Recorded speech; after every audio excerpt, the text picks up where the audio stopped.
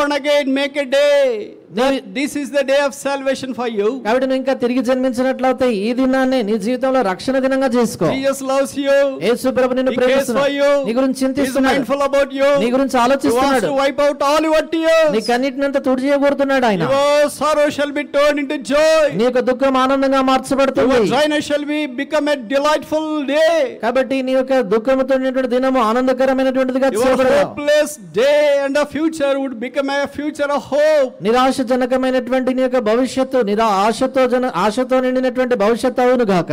All this is possible if only you accept Jesus Christ as a personal savior. ఇదంతా కూడా ఎప్పుడు సాధ్యమవుతుందంటే యేసుక్రీస్తు ప్రభువుని వ్యక్తిగత రక్షకుడిగా అంగీకరించినప్పుడే. This is the last day of the youth camp. కాబట్టి ఇది యూత్ క్యాంప్ లో చివరి దినము. We plead with you, don't go out as you came in without receiving Jesus Christ. కాబట్టి యేసుక్రీస్తు ప్రభువుని అంగీకరించకుండా వచ్చినట్లుగానే మీరు వెళ్ళిపోవద్దని మిమ్మల్ని ఎంతగానో బతిమలాడుతున్నాం. If you were stayed here for all these days and going out without receiving Jesus Christ, it just spending some time with all this massive crowd. కాబట్టి నువ్వు ఈ ఇన్ని దినాలు కూడా ఇక్కడ గడిపేసి ఏమాత్రం కూడా రక్షణ పొందకుండా కేవలం ఇలాంటి జన సమూహంలో ఒకటిగా ఏదో కాలక్షేపం చేసి వెళ్ళిపోయిన వాడుగా అయిపోతావు.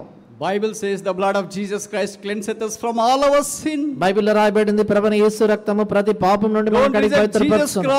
యేసు ప్రభువుని నిరాకరించొద్దు. He is looking at you. ఆయన నీ వైపు చూస్తున్నాడు. He wants you a personal, individual, identified person. ఆయన వ్యక్తిగతంగా నిన్ను గుర్తించి ఒక వ్యక్తిగా నిన్ను కోరుతా ఉన్నాడు. So don't reject Jesus today. అందుకని ఈ దినాన యేసుక్రీస్తు ప్రభువుని నిరాకరించవద్దు. Once there was a place and there was a high school as well. ఒకనొక సమయంలో ఒక స్థలములో ఒక హై స్కూల్ ఉండింది.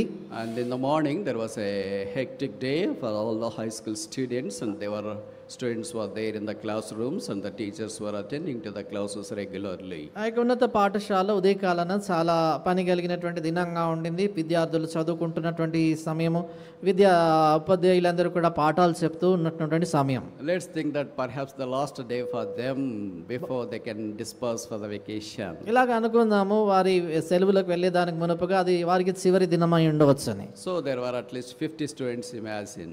కాబట్టి అక్కడ కనీసం 50 మంది విద్యార్థులు ఉన్నారు. They were all from 10th class. వారందరూ కూడా 10వ తరగతి. Then teacher asked a simple question. Teacher ఒక సామాన్యమైనటువంటి ప్రశ్న వేశారు. He said that I would like to spare 500 rupees for each of the student, but I would like to know what would be what you will use this 500 rupees for. కాబట్టి ఆ teacher చెప్పాడు కదా, మీ అందరికి కూడా ఒక్కొక్కరికి నేను 500 రూపాయలు ఇవ్వగోరుతున్నా, కానీ నేనేం తెలుసుకోబోతున్నానంటే మీకు ఇచ్చిన తర్వాత దేని కొరకు మీరు దాన్ని వెచ్చిస్తారు లేక ఉపయోగిస్తారు.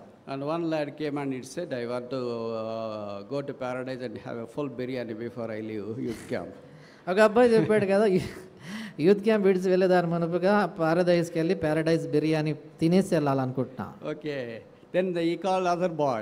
మిగతా అబ్బాయిని పిలిచాడు. మరొక he said, what do you do with this 500? అడిగాడు, ఈ 500తో నువ్వేం చేస్తావు? I want to go for a new dress because I need to attend a new class next academic year. తర్వాత వచ్చేటువంటి తరగతిలో నేను నూతన క్లాస్కి వెళ్ళాలి కాబట్టి కొత్త దుస్తులు కొనుక్కుంటాను. And then that's also fine, teacher said. అది టీచర్ అన్నాడు, బానే ఉందన్నాడు. And then other student came. మరొక విద్యార్థి వచ్చాడు. What you would like to do with this 500? ఈ 500తో నువ్వేం చేయగోరుతున్నావు? He said, for the next academic year I need some notebooks and material for my studies. I would like to buy them too.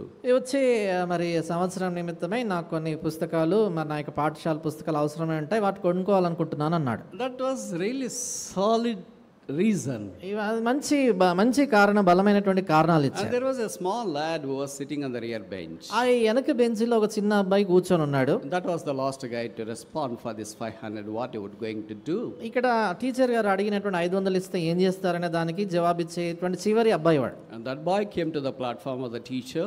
అప్పుడు ఆ అబ్బాయి ముందుకు వచ్చాడు. ఆ వేదిక దగ్గర టీచర్ ఉన్న స్థలానికి. Shivering and submission.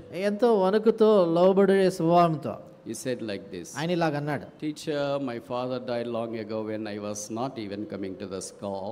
నేను స్కూల్కి వచ్చేదానికి మునుపుగా చేరేదానికి మునుపుగానే చాలా కాలం క్రితం మా నాన్నగారు చనిపోయారు. My mother became a widow. మా అమ్మగారు ఆమె విధవరాలు అయిపోయింది. She has been helpless all these days. ఇన్ని దినాలు కూడా నిస్సహాయమైనటువంటి స్థితిలో ఆమె ఉండింది. But she is living for me. నా కొరకు ఆమె జీవిస్తుంది. And she wants to encourage me to study. That's the reason as to why she has put me in this school. నన్ను చదువుకోమని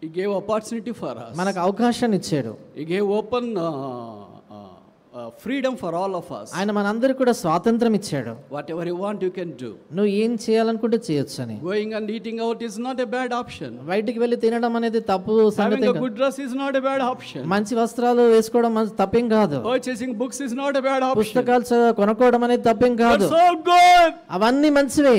But what best is the way you can use that gift given to you? అయితే నీకు ఇవ్వబడినటువంటి ఆ యొక్క వరాన్ని అతి శ్రేష్టమైన విధానంలో ఎలాగ వాడుకోగలవు? What is the best way to use that 500 rupees in order to elate you? కాబట్టి నీ యొక్క జీవితంలో 500 రూపాయలు ఎలాగైనా వాడబడాల శ్రేష్టమైనటువంటి విధానములో This boy knows how to use it to the core. ఈ అబ్బాయి ఈ రీతిగా చాలా శ్రేష్టమైన విధానంలో దాన్ని వాడాలో ఆయనకు తెలుసు. The Lord has set before you this youth camp. ప్రభు ఈ యూత్ క్యాంప్ ఎదుట ఉంచాడు. It's all good whatever you do. మీరు ఏం చేసినా అన్ని కూడా మంచిదే. But Jesus wants you to make it the best of this occasion. అయితే యేసుప్రభు వారు కోరుతున్నారు ఏంటంటే ఈ సందర్భాన్ని సంపూర్ణంగా సద్వినియోగం చేసుకోవాలా. Best use of the youth camp. Youth camp ని సంపూర్ణ శ్రేష్టమైన ఈ జీవితంలో శ్రేష్టమైన of your talent. నీ యొక్క తలాంతు శ్రేష్టమైన of your life. నీ జీవితాన్ని శ్రేష్టంగా వాడుకోవాలా. Best use of your education. నీ విద్య శ్రేష్టమైన విధానం. of your preparation. నీ యొక్క సిద్ధపాటు శ్రేష్టమైన of your Christian life. నీ క్రైస్తవ జీవితాన్ని శ్రేష్టంగా వాడుకోవాలా. Whatever the Lord is bestowed with, all the things have to be put into the best use. కాబట్టి ప్రభు నీపై ఎలాంటి సంగతులు కుమ్మరించి నీకు ఇచ్చినా కూడా వాటన్నిటిని కూడా శ్రేష్టమైనటువంటి ఉపయోగం కొరకు వినియోగించాలా. This boy hasn't looked at other students who are really interested in other things. కాబట్టి ఈ అబ్బాయి మిగతా సంగతుల విషయమై శ్రద్ధ కలిగిన మిగతా విద్యార్థుల వైపు ఆయన చూడలేదు. He was more interested by whom he was brought into this world. ఆయన ఎవరి ద్వారా ఈ లోకంలోనికి తాను వచ్చాడో ఆ వ్యక్తి విషయంలో ఎక్కువ శ్రద్ధ కలిగి ఉన్నాడు. Are you not interested by whom you were brought into this world?